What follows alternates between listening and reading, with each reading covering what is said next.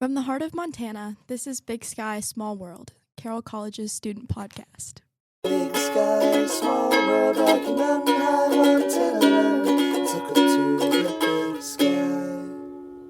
Welcome to the podcast. What follows is a conversation of three Carroll students, Ryan Harvey, Gavin Vandenaker, and Elijah Larson, with Tanner Sutton, Carroll graduate and founder of Fly Apparel.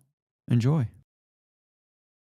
So, Tanner, you just moved to Bozeman, I just moved back to Bozeman from Charleston. I've been down in South Carolina for 15 years. and are you second guessing that because of this weather today? It was a little dicey getting up here, but I had a commitment to Carroll, so had to do it. But yeah, it was pretty rough conditions. Yeah, it's definitely the coldest day we've had so far. I can always tell it's cold if I have any facial hair and I can walk outside and my mustache instantly freezes. Oh, yeah, the frozen stash. Oh, man. It's kind of a cool feeling, but at the same time, it's like, that means it is legit cold. It hits you in the face, yeah. All right, well, Tanner, why don't you give us a quick rundown of who you are and what you do? Yeah. And, like, your background. Sure. Well, I graduated in Carroll 2010 and with a business degree in marketing. And since that time, I moved down to Charleston, South Carolina, and started a outdoor clothing company called Fly. I've been running that for the past 13 years, and we make our niche is we make outdoor sun protection clothing out of bamboo. So been doing it for a while, and just recently moved back to Bozeman. Grew up in Billings, so wanted to raise our two girls out there, and happy to be back. Very nice, very nice. So what inspired you to make Fly? Like, what drove that decision? Yeah, so when I was actually at Carroll, I grew up in a family clothing business, Backtrack. When I was here, I actually, in my junior summer, I loved to fly fish. So I was a guide on the Missouri River, 30 minutes from here in Craig, and I loved guiding. It was some of my best memories, but the one thing that kind of held me back was like, man, I was wearing the most uncomfortable gear, and I was, with the clothing background, I kind of had a light bulb moment where figured that I would take a journey and try to make a more comfortable fishing shirt that wasn't overbuilt and simply designed. So that was the impetus to get it off the ground. Obviously, a lot's happened since now and then, but inspired by right here in our backyard, fishing on the Missouri. Yeah, that's very interesting that you just kind of you had that idea and then you started taking steps towards making that clothing brand. But what was obviously you alluded to the fact that your family was in the clothing business. So for you, what did your first step look like? I'm trying to think way back. It was doing a lot of, even when I was at Carroll my senior year, I had the idea in my head. It was testing fabrics and just seeing what was out there. So I was literally my senior year ordering stuff from different clothing brands and just trying to find really soft t-shirts and different fabrics to be like, what's all out there? What's possible to make? How can you make a really soft t-shirt into a performance shirt? And so it was really just testing fabrics and just seeing what worked and what didn't. And that testing, lasted like a year and a half. It took a long time to find the secret sauce that was the bamboo blend we came up with. So what were you wearing before as a guide that just wasn't cutting it for you, and what inspired you to make that change, I guess? Yeah, it was what was available on the market. I mean, I tried everything, but your standard, your grandpa's old button-down fishing shirt. There's a million brands that make them, but they have tons of unnecessary pockets, and they feel like plastic on your skin. So I tried everything out there, and it just felt like I was sticky and sweaty and uncomfortable at the end of the day when you're in the sun all day. So, it was like, if it doesn't exist, then let's go try to make it. Yeah. And did you know about bamboo? Like, it's first thing comes to my mind, clothing materials. I'm not thinking bamboo. I'm thinking like cotton. No, totally. So. I didn't. I mean, I knew a little bit about fabrics, but no, I kind of came across it. I ordered a bunch of different t-shirts and I saw it blended in some stuff. And then when I moved down to South Carolina, my folks sold their business, retired down Hilton Head. I moved to Charleston, which was the closest town that wasn't like a retirement community. And I found a little cut and sew factory there. There's a lot of old fabric mills in the Carolinas. So they were doing a lot of stuff with bamboo. And so I would have them sew me, long sleeve shirts and go test them, running them and fishing them and be in the sun all day and just play around with different blends until found a good blend of majority bamboo mixed with like a synthetic polyester that felt like it was the right formula, and had enough confidence giving them out to friends, trying them out to actually go do bulk production overseas. You kind of tested them yourself.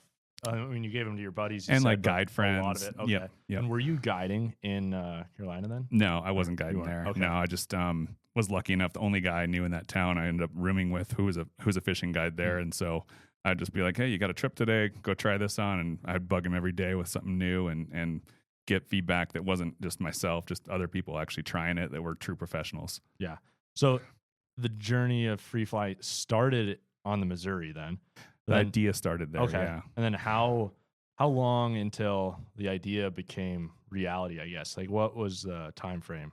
Yeah, I think I set up an LLC in late 2011, and then in 2012 took like my life savings of however much it was to get a minimum order of shirts made. That when my folks were in business, they had a liaison overseas that they work with, and so she helped me get it off the ground and bring in. I think we brought in 2,000 long sleeve shirts and had them shipped to my house, and had pallets delivered in my driveway and stored them in my room, and then I had to go sell them.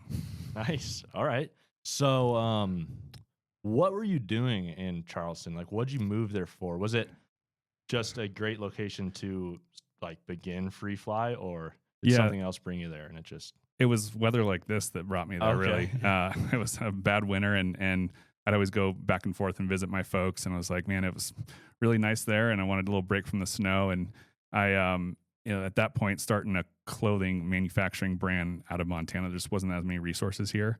And so I just took the plunge, and there was a lot more different ways, website builders, and just factory liaisons, and all sorts of just more resources in a bigger town. So decided to launch it from there, and really loved Charleston, and stuck it out there for 15 years. Awesome.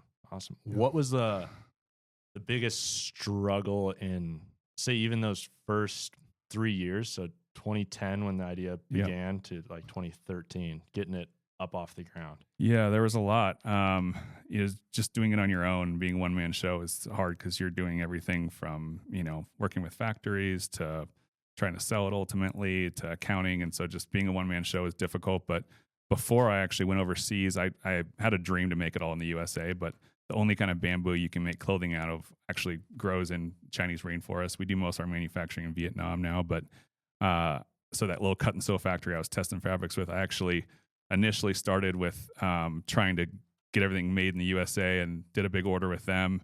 And they called me when these rolls of fabrics came in to cut and sew them. And my first run of fabric they're going to make shirts out of had holes all over them. So that was definitely a big hurdle of like, man, is this even going to work? Should I try this? And lick my wounds, and then ended up ultimately going overseas with it. But I'd say that, and then just really the first few years were me going to consumer shows and having a small 10x10 booth and a banner, and no one knows who you are. And so I think just the boldness and courage of just learn how to accept no's and celebrate the wins. But just when you don't have anyone to lean on, it's a hard grind on your own by yourself. Yeah, I can imagine. So is that kind of, I was wondering, you said you ordered 2,000 shirts, and I'm a one-man show. How are you slinging 2,000 shirts? Was it like those trade shows? Yeah, there's a circuit of it's called the Fly Fishing Show, and they do, I don't know, probably 10 different locations around the U.S. So I'd literally just pack all the shirts I had. I had a couple of graphic tees and hats too, but I would drive from venue to venue and set it up, and would have a little POS system and try to tell people as much as I could about, hey, try this, feel it. It's super soft and comfortable, and so yeah, that's how I got it up and running, and then was able to pick up some sales reps while I was at these shows to hopefully go out and sell to retailers. And so that's kind of me selling it, and then having other people go sell to retailers, how I got going. Yeah, sweet. What was your biggest breakthrough early on? Like in those days, was there like all of a sudden a sales rep comes up at one of these shows, and you're like, this is going to be great? Yeah, I mean, sales reps, definitely promise you the world, so it's hard to celebrate the wins till they actually sell something. But I remember in like year 2, there was a shop in Colorado that one of my sales reps got some good traction with, and at that point we were putting logos. We had like a little custom digital printer in my bedroom, literally, and they wanted their logo put on the stuff, and it was like the busy time of summer, and they were just cranking through these shirts, selling tons and tons and tons. And I think one day they submitted an order they needed next week for like $40,000, and I was like, oh wow, we made it. Like, that was like all the inventory I had, but it was for me, I was like, okay, this could be something real. Yeah. What year did you say that was? It's like 2012 or 13. Oh wow, so very early on. Yeah. Oh wow, that's awesome. Yeah, how'd it feel? Good. It felt good, but then I had to go print the shirts, and it was a lot of work packing boxes and stuff in those days. I think I had a college intern at that point help me out. Very nice. Yep. So you mentioned how you wanted to make make your shirts in America, and that didn't end up going very well. So you had to kind of pivot off of that. What kind of benefits do you want your business to have from making clothing in America? And then would you think about doing it again in the future? Yeah, I would love to in the future, and we're working right now on doing working with some smaller like sample factories and stuff. But the nature of the raw material, with it being grown in Asia, to actually have it bring it over here and then do it all in the U.S., it just, from price resistance to just the domestic manufacturing capabilities at that point, at least, it was just too timely and too costly, and so. It would be, instead of selling a $50 long sleeve, you'd be looking at like $80, and it's really hard to launch a business with a shirt that more expensive than everything out there. So ultimately would love to, and bring more manufacturing back to the US, but with the nature of the fabric and the raw material, it's just a little bit too much uphill battle. And to kind of stay on that topic for one more question, obviously we have a new president now. And, he's talked a lot about, placing a lot of tariffs on, materials that come into the United States. Is that going to affect you in any way? Actually, not too much for us as of now, but because bamboo already, before any of legislation had gone through, it already had the highest tariff on that raw material. So it can't get much more expensive for us. So we're in pretty good shape right now, but we'll see. Why does bamboo have the highest tariff, I guess? It's not as much a question about Free Fly, but just out of curiosity. Yeah, it's a good question. That's a head scratcher for me too. Without getting too political, I think like cotton is a big thing in the U.S. and cotton lobbyists are similar to tobacco lobbyists, where they try to keep out all the other competition, and so maybe that will change. But I think there was some previous, way before my time that was put in place. But it's a really sustainable green manufacturing practice, and it's I put it up against about anything out there, from performance fabrics and touch and feel. So I really don't know the true answer to that question. Gotcha. Is Free Fly kind of the first company to focus on bamboo as the main material? As far as fishing and outdoor, I think we were really early on. I mean, you'd see it some in like bed sheets and robes and pajamas, but as far as being able to blend it with a synthetic material to create a performance shirt, I really don't know of any other companies out there that were doing it. And still, we've had plenty of competition try to rip off our fabric blends, and haven't seen anyone do our specific fabric blends. It's all kind of proprietary to just our company. So we were lucky to be in early in that game, and we're still trying to innovate with other new natural materials right now. Sweet. How was the bamboo? How did the people like at these shows take on to it? Were you guys more expensive than like a conventional fishing shirts? Not really, but I think a beyond the bamboo thing, the new category that was up and coming that we tried to coin as our own is like the traditional button down fishing shirt that you'd see out there. We our first product was the long sleeve, and then we quickly started moving into hoodies, and so like 3 of 4 of you guys are wearing hoodies right now, but like the actual sun hoodie market really didn't exist. And so that was a big thing for us, of just looking more athletic and modern. And so we really ran with that. And our hoodie business is still like our number one tops category today. So that was where we found our spot in the market. Yeah. My question kind of goes along with the hoodie deal you're just referring to. So you started this obviously in Carolina, where it really took off. Clearly fishing in Carolina is different than fishing on the Missouri, especially if it's late summer, early spring. Yep. Were you making things down there where like, oh man, this might only have a couple months use in Montana and try to like shift to stuff that would work longer in Montana and not as much in Carolina? Or Yeah, that's a good question. I mean, the beauty of being in Charleston, there is like, the climate there is super mild. So you could wear our sun hoodie almost 300 days a year, and that's kind of your attire. Here in Montana, it's not the case. You're wearing a lot of layers. And so as we've expanded outside the Southeast and grown the business nationally, the thing that we say that we try to go after is, being a 4-season brand. And so we've created, different heavier fabric blends and fleeces and things like that to penetrate more of the Rockies and colder weather climates, and still have a long ways to go. I mean, most of our distribution is in warmer weather areas. And so it's one of the reasons I moved back here, is to try to, continue to develop the brand and grow it out west. Yeah, I guess just to build on what you kind of just finished with, you move into Bozeman, what does that look like for the future of your company? Are you still going to be, traveling back there a lot? Is it still going to be really a Carolina brand, or is it going to do a bit of a shift? Yeah, our HQ will always be there, but 3 years ago, we were fortunate enough that we brought on a capital partner based in Bozeman. And so that was really the unlock for me personally. My wife is from Missoula. I'm from Billings. We have 2 young daughters. We wanted to raise them back in Montana. And so having the, investment group based in Bozeman, and knowing that the brand had a lot of opportunity to grow out west, it was kind of a personal decision and business decision to, we have about 7 employees in Bozeman and a small office there, to continue growing the brand out west. But definitely, HQ will always be in Charleston. And I go back about 1 week every 6 weeks. And so try to still spend a lot of time. I feel like it's kind of like my baby, my kids, all our staff there. So I'm going back next week and love going back and forth, but excited about the opportunity out west. Awesome. So a little background on myself. I actually just started a clothing brand Cool. last spring, but it's a little bit different. My auntie had taught me how to sew, and I've always been big into thrifting and secondhand clothes like that. So like my big motto is just having like one of one custom remix pieces. And then I can't mass produce those just because I do them myself. And then it's also for like promoting a sustainable practice and sustainable fashion and reducing waste. How durable are your clothing items, and like what's the lifespan on that? And then do you have any like things in measure to possibly like get those items back once their use is over, or like what's the plan with that? Yeah, good question.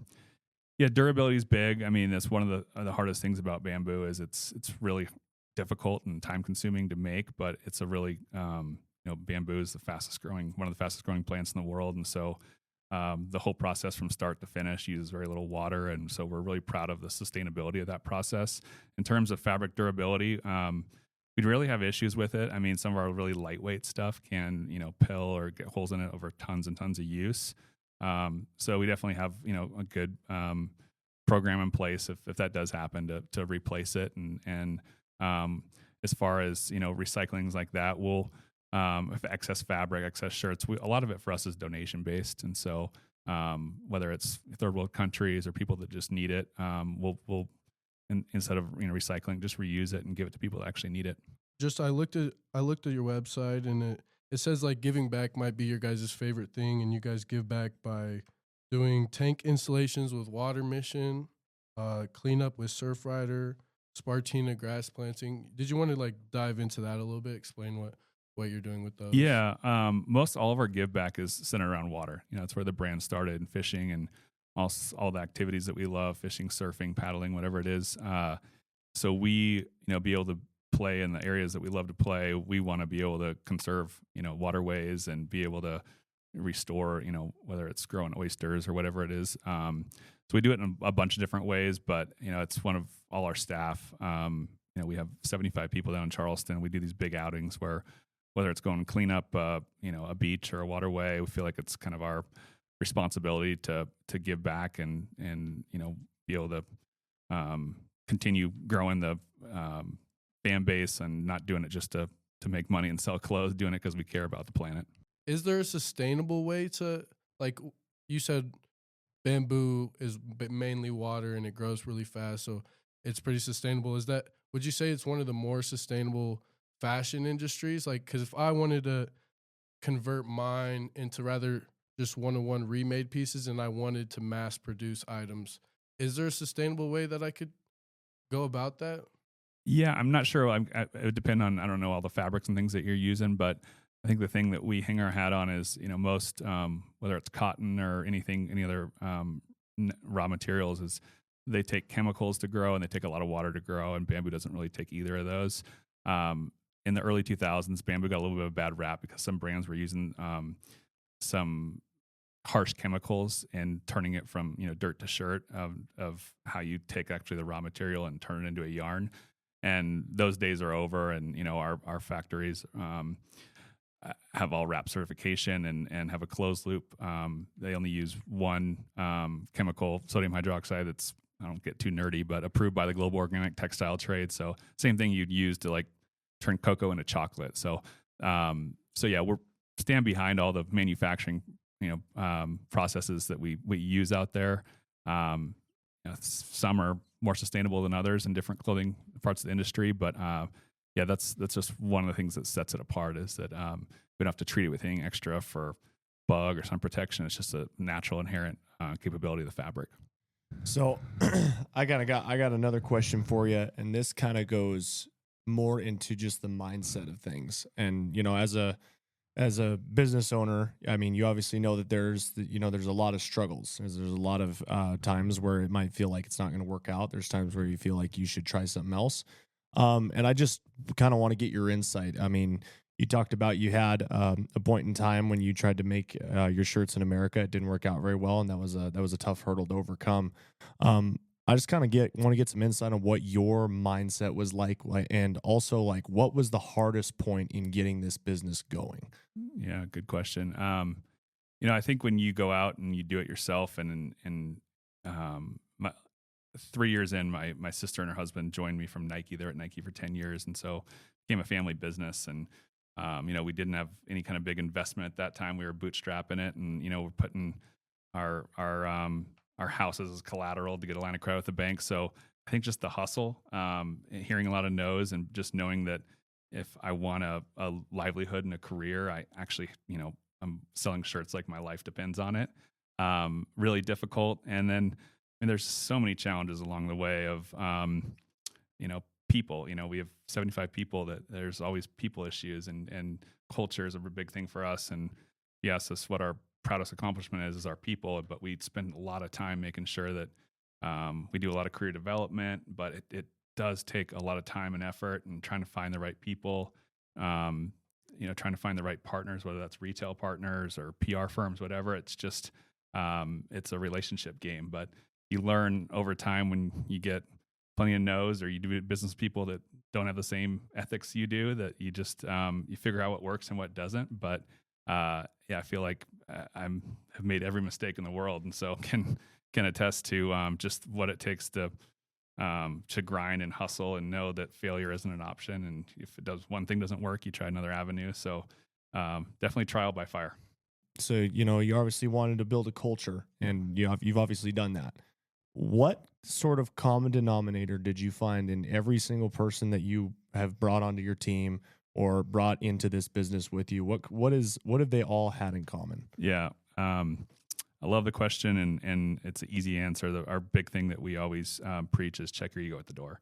So making sure that humility, no bad ideas, not letting anyone's opinion take over is super, super important for us. And so, I sit in probably, hundreds of interviews a year of new staff members. And, out of those, we're getting 3,000 applicants to get people in-person interviews. And normally I can tell within, 5 minutes if someone's going to be a good culture fit. Of how much do you talk about myself? How much do you talk about the team? It's us, it's not me. And so the humility and ego is our biggest one. I'm going to kind of go on a kind of a tangent. I'm going to go back to bamboo. Yeah. So bamboo, I'm wondering how it stacks up. 'Cause in Montana, I've been seeing this trend, I feel, in the last few years of merino wool, and it's kind of taken off, like really lightweight merino. Yep. Or like I've got this hoodie on. Yeah, heavier. Duckworth. Yeah, Duckworth. How does bamboo stack up? Like, is that a market that you guys could enter? It's not really up there with how I perceive free fly to get into like Like a wool, you're insulate- saying? Yeah. Yeah. I'd No, say, not necessarily move into a wool, but how does bamboo stack up against wool, and could it be used as like a similar product? Yeah. So I'd say merino. I love merino, and I love all natural fibers, natural fabrics. But I'd say merino has a leg up on insulation. It really, is a base layer and it warms you up. Bamboo, it has a natural characteristic to thermal regulation where it cools you down. Actually, so if you're sweating and it's hot, it actually can cool down your body temperature. So merino more on the, if you want to be warmer, I'd say bamboo, you want to be cooler. But there's so much treated synthetics out there. Almost any outdoor store you go into, it's some kind of treated polyester, and normally ends up in a landfill. And so we like that positioning of a natural fiber. We do mix it with a little bit of synthetic for quick dry, but it's kind of its own category. It's unique, and that's what's kind of set us apart in the marketplace. Awesome. Have you noticed any shifts in consumer preference in the years that Free Fly's been around? Preference in just Let's say even in what they're looking for in like fishing apparel. Like in 2010, when you came up with the idea, you were looking for something better than what you had. But say like halfway in between there, did anything change, or were people like all of a sudden bamboo's not what I want? Yeah. I think more of just style preference. The hoodie thing we were early in on that. And almost you see so many people wearing hoodies now. Yeah. It's just more of a younger trend, and you don't want to look like, this something that's like this. I don't mean to sound bad about your button up shirts, but it's just, it's not quite as relevant today as it used to be. And it's not something you would come off the river or, fish in the ocean, whatever, and go to a restaurant or bar. And it just feels like you're in fishing apparel, where a hoodie is a little bit more versatile, and you can do a lot of different things in it. And so that was a big shift. And we're always trying to, look ahead of what are the new trends. And, we have such a long lead time in the fabrics that we make. So we're, like right now we're working on fall 2026. And so really going out there and seeing what's new, what's different, talking to our fabric mills. But it's hard to, you got a lot of people trying to come out and replicate. And so we try to, innovate faster than they can duplicate. And it's easier said than done. But it's a work in progress. Yeah. Well, awesome. So you mentioned you're working on the fall 26 line. What does that look like? Like working on a line that far out, or even just a line at all? Like how do you come up with new things if the market, if consumer preferences haven't changed that much, like it's gone to the hoodie? How do you really be like, okay, this is our fall 26 launch, and it's gonna crush it because of this reason? It's a lot, and it's a guessing game a little bit, but we have to do it just because of lead times and manufacturing. And so I give kudos. I have a great product team, and they do everything from they go to LA or New York and even start looking at fashion trends outside of the outdoor fishing industry. And they're really creative, so they'll just bring in whether it's color trends, style preferences, new fabrics. And if we're going to launch 10 new products, they'll start with 40 ideas and just bounce them off, whether it's bounce off our ambassadors or pros or internal folks. And you definitely have to make good educated guesses based on what you're seeing in the marketplace and what's trending in other areas of the world. But it is really difficult. Yeah. And has that been getting harder? Because like trends, they move so fast now, especially social media and short form content. Trends, there's a new trend every day. Yeah. And I guess fashion trends probably different, stick around a little longer, but yeah, we definitely, we're a brand that we don't chase fashion trends too much. We get inspired by it, but our goal is to create, timeless bestsellers that will be around for a long time. And so our goal is to create new bestsellers every year. It's challenging to, launch a new product that's different out in the marketplace, but we have to keep, trying new things. But we try to keep, simplicity at the core and make sure that we have styles and fabrics that whether you're in Montana or South Carolina that can work in all different climates and activities. Yeah, well, sweet. Kind of have a little more of a fun question for you. Yeah. What is the best experience that starting Free Fly has brought you? Like unexpected, but it's awesome. Relationships.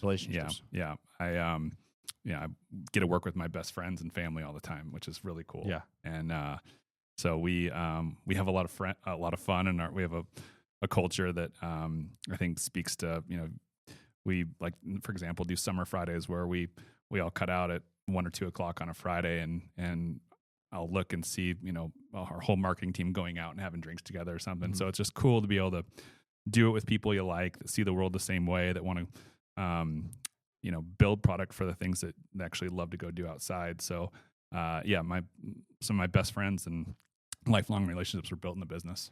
Awesome. How often do you get out and fish for yourself still?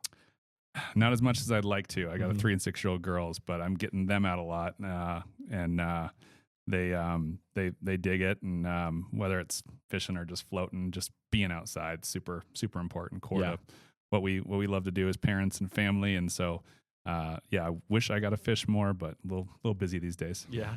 Where, between you coming back here, and like you said, you clearly are thinking about the future of your company. Like, what do you want Free Fly to be in 10 years?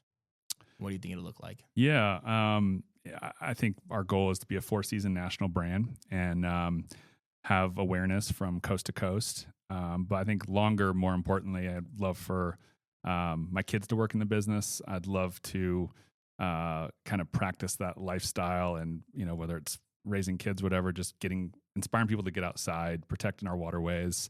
I think that's more important than selling t-shirts. So those are the things that I think about the most. It's awesome. And then, so Gavin and I here, we often daydream about fly fishing somewhere that's not freezing. Yeah. Which, we love our May, June, July in Montana, and I'm from Idaho. But what is your favorite thing to fly on the fly rod in Carolina to fish for? Like, what? In South Carolina? Yeah. The big thing there is redfish. So a red drum. They're super fun. They're hard bulldog fighting fish, and so that would be South Carolina, our favorite. The two other ones that stand out, go down to the Keys every year and catch big tarpon on the fly. Super fun. But still, number one is just fly fishing for small streams in Montana. Awesome. Yep. So that kind of answered the question I was going to ask. I was going to ask, if you could fish one spot for the rest of your life, where would it be? Not like give away your secret spot. No. Yeah. I'm fortunate. My uncle runs a lodge in the Ruby Valley, and he has a bunch of water on the Ruby, and I just love that little river. So I cut my teeth there. And before I was a guide, I was the dishwasher and shuttle driver, and awesome. But when I wasn't doing that, I was had some great memories of just catching big browns in small water. It was really fun. Oh, I bet.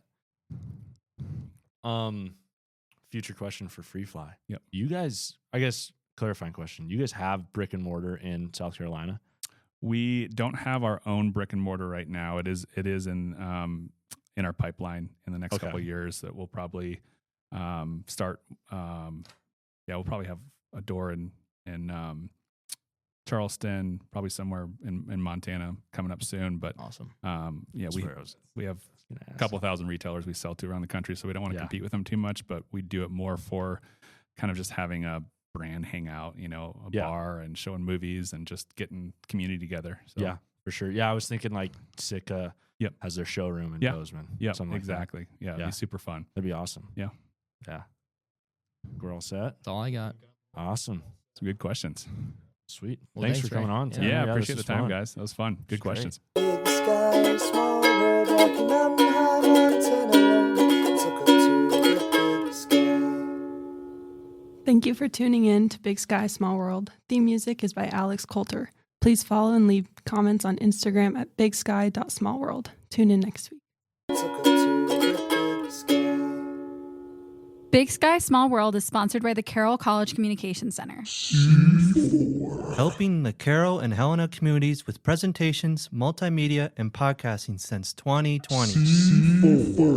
Find us in the library or email Director Alan Hansen at ahansen@carroll.edu.